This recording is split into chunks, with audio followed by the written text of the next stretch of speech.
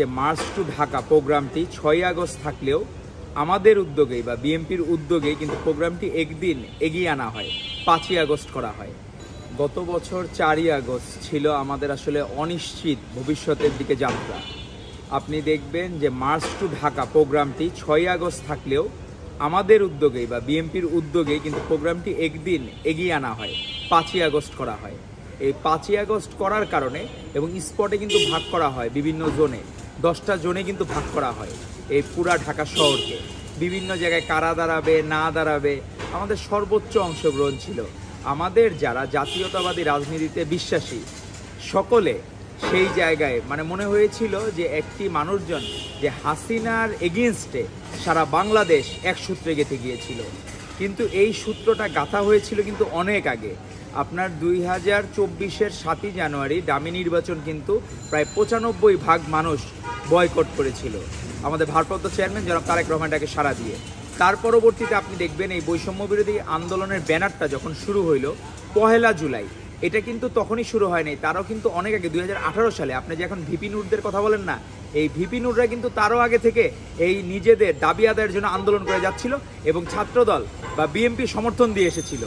পরবর্তীতে এই বৈষম্যবিরোধী ব্যানারে যখন আন্দোলন তুঙ্গে উঠল, আমাদের কিন্তু 17ই জুলাই আপনি গত বছর কিন্তু আমাদের সিনিয়র লিডারদের মধ্যে বিএনপির সিনিয়র যুগ্ম মহাসচিব অ্যাডভোকেট রুহুল কবির রিজভী আহমেদকে কিন্তু প্রেস ক্লাবে কালো পতাকা মিছিলের যখন প্রাক্কালে তখন তাকে কিন্তু গ্রেফতার করা হয়, অ্যারেস্ট করা হয়। তারপর নজরুল ইসলাম খান থেকে শুরু করে বাকিদেরকেও অ্যারেস্ট করা হয়। পরবর্তীতে 19শে জুলাই আমাদের ভারপ্রাপ্ত চেয়ারম্যান জনাব তারেক রহমান 1 দফার দাবি দিয়েছিলেন, যে দফা 1 দাবি 1 খুনি হাসিনার পদত্যাগ, আর ফয়সালা নয় আদালতে ফয়সালা হবে রাজপথে, উনি কিন্তু স্পষ্ট করে বলে দিয়েছিলেন।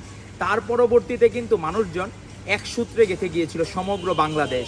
আপনি দেখবেন 3রা আগস্ট বৈষম্য বিরোধীর ব্যানারে যারা আন্দোলন করেছেন আমাদের ভাইয়েরা 1 দফা দেওয়ার 15 দিন আগেই কিন্তু আমাদের ভারপ্রাপ্ত চেয়ারম্যান ডাক দিয়েছিলেন।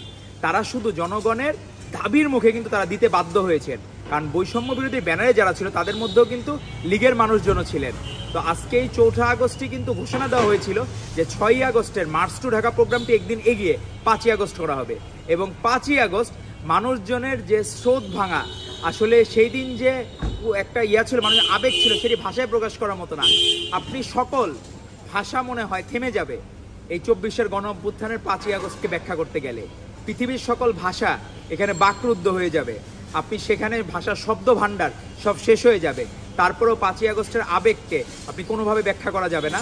প্রত্যেকটা ঘরে আমার ভাই বোন মা সকলেই কিন্তু বাইরে বেরিয়ে এসেছিল 5ই আগস্ট, তার আগেও বের হয়েছিল। আর 5ই আগস্ট আনুষ্ঠানিকভাবে আমার মনে হয় সেদিন কোনো ঘরে কেউ ছিলেন না, আমাদের ছেলে মানুষ মহিলা মানুষ আমাদের ভাই বোন কেউ ঘরে ছিলেন না, সকলে রাজপথে হাসিনাকে আমাদের পতন ঘটাতেই হবে এবং হাসিনাবিহীন বাংলাদেশ যে একটি নিরাপদ বাংলাদেশ সেটি পণ করে নেমেছিল মানুষজন। এবং তারই ধারাবাহিকতায় 5ই আগস্ট মানুষের উল্লাস, সেই বাদভাঙা উল্লাসের কাছে কোনো কিছুর তুলনা হয় না। আপনি যদি বলা হয় যে আপনার লাইফের মেমোরেবল ডে কোনটি আপনি বাংলাদেশের, আমার মনে হয় মোটামুটি 99% মানুষই বলবে 5ই আগস্ট হচ্ছে তাদের জন্য সবচেয়ে লাইফের একটা মেমোরেবল ডে হয়ে থাকবে 5ই আগস্ট, এবং 24-এর গণ অভ্যুত্থান তাদের জীবনের সবচেয়ে বড় ইভেন্ট হয়ে থাকবে।